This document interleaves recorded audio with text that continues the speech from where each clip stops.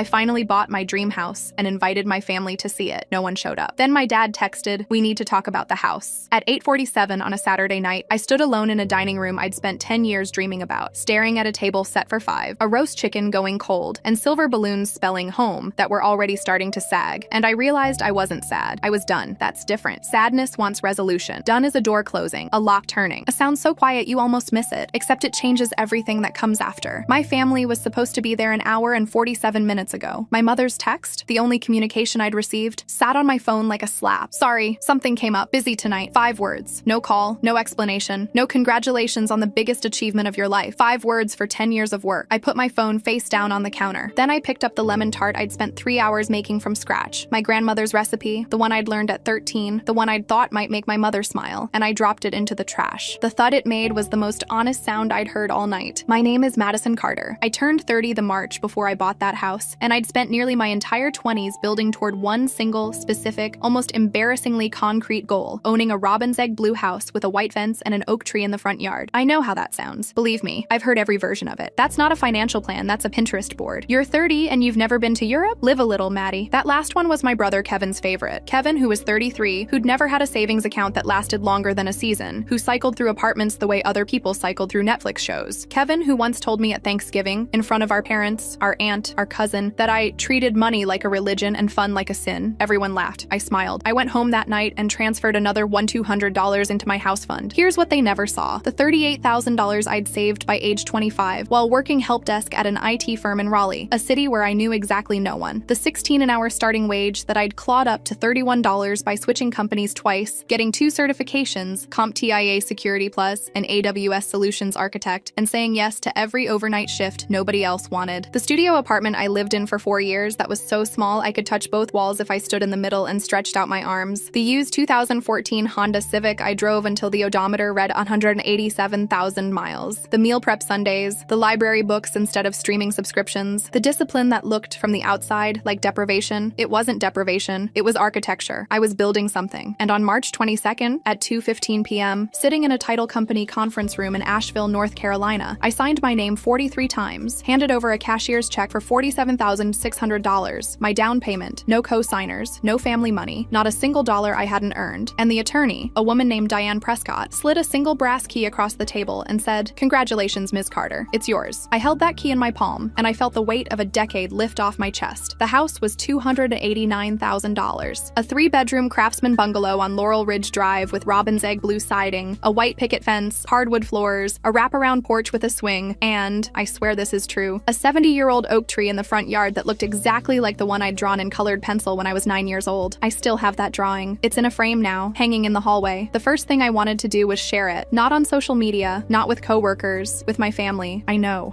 how that sounds given what happened, but you have to understand, the wanting wasn't rational. It wasn't strategic. It was the same instinct that makes a kid run inside after catching a firefly. Look what I found. Are you watching? I'd been running inside my whole life with my hands cupped around something glowing, and every time my family would glance up, shrug, and go back to whatever they were doing. But this time would be different. That's what I told myself. This time the thing in my hands was too big to ignore. So I sent a message to the family group chat. Me, my parents Sharon and George, and Kevin. I typed it carefully. I included a photo of me standing on the porch, holding the key, smiling so hard my face hurt. "Hey everyone! I officially closed on the house today. I'm hosting dinner this Saturday at 7 to celebrate. I'd love for you all to be there. Address below. It would mean the world to me." My mother replied, "Oh wow, okay." Kevin sent a thumbs up emoji. My father didn't respond at all. I told myself that was fine, that they'd come, that showing up was what mattered, not the texting. Saturday arrived. I cooked all day. Roast chicken with thyme and lemon, my father's favorite. Garlic mashed potatoes. Green beans with almonds. Homemade rolls. The lemon tart. I set the dining table with plates I'd bought specifically for this night. White ceramic, nothing fancy, but new. Clean, mine. I bought flowers, yellow tulips, and put them in a glass pitcher because I didn't own a vase yet. I lit candles. I hung the silver balloons. I even put a playlist on my Bluetooth speaker. Soft jazz, the kind my mother used to play in the kitchen when I was small, back when the kitchen still felt like a safe place. By 6:30, the house smelled incredible. The table looked like something from a magazine if the magazine was for people who had more hope than sense. At 7,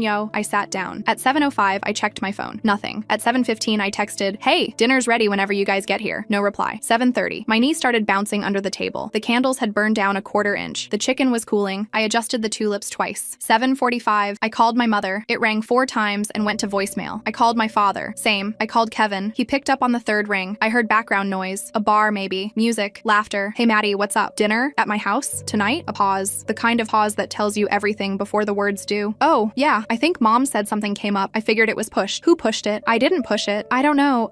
Look, I'm out with some people right now. Can we do it another time? He hung up before I could answer. I sat at that table for another 30 minutes. I don't know why. Maybe I was waiting for the miracle. Maybe I was letting the last thread of something, hope probably, unspool completely so I could see exactly how long it was, exactly how thin. At 8:15, my mother's text arrived. Sorry, something came up, busy tonight. I read it 3 times. Then I stood up, blew out the candles, and started cleaning. I cleaned the way I do everything, thoroughly, systematically, without stopping. I wrapped the chicken in foil. I poured the mashed potatoes into a container. I washed every dish by hand because the dishwasher hadn't been connected yet. I swept the floor. I pulled down the balloons one by one, and the soft hiss of escaping helium sounded like the house exhaling. I didn't cry. I want to be clear about that. I've seen people describe moments like this and they always say they cried. I didn't. My body did something else, something flatter. My hands went numb at the fingertips. My chest felt hollow, like someone had reached in and scooped out the center. Not dramatic, just empty. I've since learned there's a clinical term for it. Dr. Renee Hollis, a licensed therapist I started seeing 2 months later, 12 years of practice, specializing in family systems and adult children of emotionally neglectful parents, called it affective shutdown. She said it's what happens when the emotional system has been overloaded so many times that it stops registering new injuries in real time. Your body knew before your mind did, she told me. It had already started protecting you. At 11:48, there was a knock at my door. I opened it to find Amber, Kevin's girlfriend of about 6 months, standing on my porch holding a grocery store sheet cake in a plastic shell. The frosting said, "Congrats," in blue letters that were already smudging. Hey, she said. I thought someone should bring something. I let her in because I didn't have the energy to not let her in. We sat in the living room. She ate a piece of cake. I didn't. She told me the house was really cute and asked about the neighborhood. I gave short answers. Then I asked the question that had been sitting in my throat for hours. What came up? What was so important? Amber looked at her cake. She pressed a crumb flat with her fork. I don't think anything came up, Madison. Silence. Kevin was at Darcy's watching the game. Your mom posted on Facebook around 6. She was at some craft fair in Brevard. I don't know about your dad. So there it was. Not emergencies. Not conflicts. Not something came up. Just not caring enough. My brother was watching a game. My mother was at a craft fair. My father, who never responded to the original message, was wherever fathers go when they've decided their daughter's life isn't worth the drive. Amber left around midnight. I locked the door, walked upstairs to my bedroom, the room I'd imagined sleeping in for years, and lay on the bare mattress because my sheets were still in a box somewhere. The ceiling was white, perfect, untouched. I stared at it until 3 a.m., and somewhere in those hours, something inside me shifted. Not cracked, shifted. Like a bone that had been slightly out of alignment for 30 years and finally, audibly, clicked into place. At 6:14 the next morning, my father texted me. We need to talk about the house. Not, sorry we missed dinner. Not, congratulations. Not, I'm proud of you. We need to talk about the house. My stomach dropped, not because I was scared. Because I already knew, the way you know a storm is coming before the sky changes, that whatever he wanted to talk about wasn't going to be about celebrating what I'd built. I didn't respond. Not yet. Instead, I made coffee in my new kitchen, sat on my porch swing, and watched the oak tree catch the morning light. I breathed. I let the silence do what silence does when you finally stop filling it with other people's noise. Then I called my father back. What he said, calmly, in that measured, neutral tone he'd perfected over decades of staying technically uninvolved, was this. Your mother and I have been talking. We think it's a bit much what you did. Buying a house without discussing it with the family. Kevin's been struggling, and seeing you post something like that, it's not sensitive, Madison. We think you should be more mindful of how your choices affect other people. I held the phone away from my ear for a moment. I looked at the oak tree. I looked at my house that I had earned with a decade of work that none of them had ever acknowledged. So, I said slowly, you didn't come to dinner because you think I shouldn't have bought a house. That's not what I said. And the reason you're calling me the morning after is not to apologize for not showing up, but to tell me I should feel bad about succeeding because Kevin hasn't. Madison, don't twist. Dad, I need to ask you something, and I need you to be honest. When I sent that photo of me on the porch, holding the key, did you feel happy for me, even for a second? The silence lasted 4 seconds. I counted. That's not the point, he said. That was my answer. I want to say I handled what came next with grace and maturity. That would be a lie. What I did was go to the hardware store, buy a piece of cedar board and a wood-burning kit, and spend an hour carefully burning the following words. No family discounts. No family visits. No exceptions. I hung it on my front gate. I took a photograph, and I posted it to Facebook, Instagram, and Twitter with the caption, my house, my rules. Was it petty? Probably. Was it dramatic? Absolutely. Was it the most honest thing I'd ever done in 30 years? Without question. The post went up at 11:30 a.m. on a Sunday. By 6 p.m., it had 4,200 shares. The internet is a strange place. Strangers will sometimes understand you more clearly than the people who raised you. The comments were overwhelming, not in volume, though there were thousands, but in specificity. People wrote paragraphs. They shared their own stories. The graduations no one one attended, the promotions no one acknowledged, the houses and businesses and degrees that were met with silence or resentment by the people who were supposed to celebrate them. One comment from a woman named Teresa in Michigan said, "I bought my first house at 34, and my sister told me I was showing off. It took me 5 more years to understand that her discomfort with my success was not my responsibility." That sentence hit me like a truck at 40 miles per hour. I read it 6 times. Meanwhile, my phone was ringing. My mother called 4 times between noon and 3 p.m. I didn't pick up. Kevin texted, "What the hell, Maddie? Take that post down." Then 20 minutes later, "Mom is crying. Are you happy now?" My father called once at 4:17 p.m. I let it ring. He left a voicemail that I saved and later gave to Dr. Hollis, in which he said, his voice tight with controlled anger, "You are embarrassing this family. This is not how we raised you. If you don't take that down by tonight, your mother and I will have to reconsider our relationship with you." Reconsider our relationship, as if they'd ever had one with me in the first place, as if showing up to a dinner, a graduation, a life was something they'd been doing all along, and I was the one rocking the boat. I saved the voicemail. I didn't take the post down. Monday morning, my phone rang at 7:02, a number I didn't recognize. I almost didn't answer, but something made me. "Ms. Carter, my name is Janet Boyle. I'm a reporter with the Asheville Citizen-Times. I saw your post. It's trending locally. Would you be willing to talk about it?" Janet Boyle, 11 years in local journalism, Pulitzer nomination in 2019 for a series on Appalachian housing inequality. She wasn't sensational, she was thorough. I said yes. Janet came to the house that Tuesday. She sat on my porch swing, drank coffee from a mug I'd bought at the dollar store, and listened for 90 minutes while I told her everything. Not just the dinner, the decade, the savings, the sacrifice, the family that treated my ambition like an inconvenience and my success like an insult. She asked for documentation. I gave her everything. Bank statements showing a decade of consistent deposits, the closing documents from Diane Prescott's office, pay stubs from my IT jobs, the screenshots of the family group chat, my invitation, their non-responses, the texts afterward, my father's voicemail, Kevin's messages, all of it. Janet's article ran the following Thursday. The headline, "She saved for a decade, bought her dream home, and her family didn't show up. Then the internet did." It went viral within 12 hours. Here's where things escalated beyond anything I could have predicted. After the article, I started getting messages, not from strangers this time, but from people in my family's orbit. Cousins I hadn't spoken to in years, old family friends, people who had watched the dynamics play out for decades and never said anything. My cousin Rachel, my father's brother's daughter, someone I'd been close to as a child before the families drifted apart, sent me a long email. I read it sitting at my kitchen table at 10 p.m. on a Friday night, and by the time I finished, my hands were trembling. Rachel told me things I'd never known. She told me that my parents had taken out a $15,000 loan to help Kevin with a down payment on a condo 3 years earlier, a condo he'd defaulted on within 18 months. She told me that my mother had organized a surprise party for Kevin's 30th birthday at a restaurant that cost $2,200, paid for by my parents. She told me that when I'd graduated from college, my parents had told extended family that I'd finally finished, as though it had taken me longer than expected, when in fact I'd graduated on time with a 3.7 GPA while working 25 hours a week. But the part that made my chest tighten, the part I had to read standing up because sitting felt like drowning, was this. "Your mom told my mom about 2 years ago that she was worried about you. She said you were obsessed with this house idea and that it was unhealthy. She said she hoped you wouldn't actually buy one because it would make Kevin feel worse about himself. Madison, she literally hoped you would fail so Kevin wouldn't feel bad." I put my phone down. I walked to the bathroom. I ran cold water over my wrists, a trick Dr. Hollis had taught me for when anxiety turns physical. I stood there for 5 minutes, breathing, letting the water run, letting the truth settle into the exact shape it had always been, but I'd been too loyal to see. My mother hadn't missed my dinner because she was busy. She'd missed it because she resented the reason for it. I forwarded Rachel's email to Dr. Hollis. We had an emergency session that Monday. Video call 7:30 a.m. before my work shift. Dr. Hollis didn't seem surprised. She rarely did. That was one of the things I appreciated about her. She treated revelations not as shocks, but as puzzle pieces clicking into existing patterns. "Madison, what you're describing is a well-documented family dynamic," she said. "In family systems theory, we call it the identified patient model, but in your case, it's inverted. You're not the family member who's struggling and being scapegoated for it. You're the family member who's succeeding, and the family system can't accommodate that because it threatens the existing hierarchy." She paused. "Your brother Kevin is what we'd call the golden child, not because he's successful, but because his dependency serves your parents' need to be needed. Your success doesn't just challenge Kevin, it challenges their entire identity as parents. If you can thrive without them, what does that say about the help they gave Kevin?" I thought about that for a long time. "It says the help didn't help," I said. "It says the help was never about Kevin at all," she said. The crisis peak came on a Wednesday, 6 weeks after the dinner. I was at work. I'd been promoted to a senior systems administrator role by then, $74,000 a year, full benefits, when I got a call from a number I recognized. It was Thomas Dunlap, the real estate attorney who'd handled my closing. 15 years in real estate law, partner at Dunlap and Faraday. "Madison, I need to ask you something wrong, and I don't want you to panic. My stomach hit the floor. Has anyone in your family recently made inquiries about your property deed? What? I got a call this morning from an attorney in Raleigh named Craig Beller. He's representing your parents. He wanted to know if there were any irregularities in your closing, specifically whether any family funds were used in the down payment that might create a claim of equitable interest. I couldn't speak for a moment. The office fluorescent lights felt too bright. My coworker in the next cubicle was eating chips. The normalcy of everything around me felt violent against what I was hearing. Thomas, my parents didn't give me a single dollar. Not for the house, not for college, not for anything. I know, your file is clean. I told Mr. Beller that, and I told him any further inquiries would need to come through formal channels. But Madison, they're fishing. And the fact that they hired an attorney to fish means this isn't casual. I hung up. I sat at my desk for 14 minutes without moving. Then I opened my laptop, pulled up every bank statement I had going back to 2013, and began organizing them chronologically in a shared drive. At 5:15 p.m., I drove directly to Thomas Dunlap's office. He stayed late. We spent 2 hours going through my financial history, line by line, every deposit, every transfer, every paycheck. This is ironclad, Thomas said. There is zero ambiguity. This house was purchased entirely with your own documented income. If they try to file a claim, they'll lose, and they'll likely face sanctions for a frivolous filing. Why would they do this? I asked, even though I already knew. Thomas looked at me over his reading glasses. In my experience, because they can't stand that it's yours. I retained Thomas formally the next day. He sent a cease and desist letter to Craig Beller, certified mail, dated and filed, stating that any claim to my property was baseless and that further action would be met with a counterclaim for harassment and abuse of process. But I didn't stop there. I called Janet Boyle. I told her what had happened. She was quiet for a long time, then said, Madison, are you willing to go on record? Yes. All of it? The legal threat? The family emails? The financial records? Every word. Janet's follow-up article ran 2 weeks later. It included quotes from Thomas Dunlap. It included a statement from Craig Beller's office saying his clients had no further comment at this time. It included Rachel's account, given with her consent. It included a timeline of my savings history, verified against tax records I'd voluntarily provided. The headline, Family of Dream Home Buyer Attempted Legal Claim on Property She Earned Alone. That article didn't just go viral, it detonated. The consequences came fast. Craig Beller dropped my parents as clients within a week. According to Thomas, Beller cited reputational concerns, which is lawyer speak for, I don't want my name attached to this dumpster fire. My mother's craft fair business, she sold handmade candles online and at local markets, lost its entire following within days. Her Etsy reviews were flooded. She had to shut down the shop. I didn't orchestrate that, and I didn't celebrate it, but I didn't mourn it either. Kevin called me, the first time he'd called, not texted, since the night of the dinner. He was drunk. It was 1:30 a.m. His voice was thick, wavering between anger and something that might have been shame if he'd known what to do with it. You ruined everything, Madison. You know that, right? Mom won't stop crying. Dad's not talking to anyone. You blew up this family over a dinner. No, Kevin, I said. I blew up a family that hoped I would fail. He was quiet for a long time. That's not true, he said. But his voice broke on the last word, and we both knew he didn't believe it. I hung up. I turned my phone off. I went to bed. The next morning, I blocked all 3 of their numbers. Not out of anger, out of peace. There's a difference. My father sent a letter 3 weeks later. An actual paper letter, handwritten, mailed to my house, the house he'd never visited. Thomas Dunlap reviewed it first, as I'd asked him to review any family communications during the legal dispute. Thomas called me. It's not a legal document, it's personal. Do you want to read it? I did. My father's handwriting was small and careful, the way it always was. The letter was 2 pages. It said in various ways that he was sorry, that he hadn't understood how his silence had felt, that my mother's behavior was not something he agreed with, but that he'd failed to intervene, that he was proud of me, that he always had been. I read it twice. I put it in a drawer. Dr. Hollis asked me how I felt about it. I believe he's sorry, I said. But being sorry and changing are different things, and I've spent 30 years waiting for change that never comes. What do you want to do? Nothing. For now, I want to do nothing and see how that feels. It felt like freedom. The months that followed were the quietest and fullest of my life. I didn't reconcile with my family. I didn't shut the door permanently either. I just stopped performing, stopped reaching, stopped setting tables for people who wouldn't come. And in the space that opened up, other people arrived. My neighbor, Dale, a retired electrician, 72 years old, showed up on my porch one Saturday morning with a pecan pie and said, I read about you in the paper. My daughter went through something similar. Welcome to the street. A woman from my office named Priya started coming over for weekend coffee. Then her husband, then their kids, then another neighbor. Then a woman from my running group who'd just gone through a divorce and needed somewhere to sit that wasn't her empty apartment. The kids on the block started coming by after school. I don't know how it started. I think one of them saw me setting up my laptop on the porch and asked what I was doing. I said coding. They asked if I could teach them. I said sure. Within a month, I had 4 kids sitting on my porch every Tuesday and Thursday, learning basic Python on borrowed Chromebooks. I taught them loops, variables, simple games. One of them, a 12-year-old named Marcus, who reminded me so much of myself it hurt, built a functioning calculator in 3 weeks. He showed his mom. She cried. She brought me tamales. I cried. That's the thing nobody tells you about building a life for yourself. It doesn't stay empty. If you build it with honesty, the right people find their way in. Not because you begged them, not because you set a perfect table and held your breath. They come because the door is open and the light is on and you're not performing. You're just there. 7 months after the dinner that no one came to, I hosted another one. Same table, same candles, different flowers. Sunflowers this time, because Dale told me they lasted longer. The roast chicken recipe improved. A new playlist, still jazz, but I'd added some Afrobeat because Priya's husband said it was better cooking music, and he was right. 8 people came. Dale, Priya, and Raj. Marcus and his mom, Elena. 2 women from my running group. A quiet guy named James from the neighborhood who'd fixed my mailbox without being asked and whom I'd invited on impulse. We ate. We talked. We laughed so loudly that Dale's hearing aid whistled and he pretended to be offended. Marcus tried the lemon tart and declared it bussin', which I'm told is the highest compliment a 12-year-old can give. At 10 p.m., everyone was still there. Nobody was checking the time. Nobody was making excuses. The house was warm, not from the oven, not from the candles, but from the specific, irreplaceable warmth that comes from people who actually want to be where they are. I stood in the kitchen doorway for a moment, holding a dish towel, watching the table, and I thought about that first Saturday night, the cold chicken, the sagging balloons, the silence that felt like a verdict. And I understood something I couldn't have understood then. The house was never a test. It wasn't something my family needed to pass. It wasn't proof of my worth or a measure of their love. It was just a house, a building, 4 walls and a roof and a 70-year-old oak tree. What made it matter wasn't the key. It was the people inside it and the painful, necessary process of learning which people deserved to be there. The first night, my house held absence. This night, it held belonging.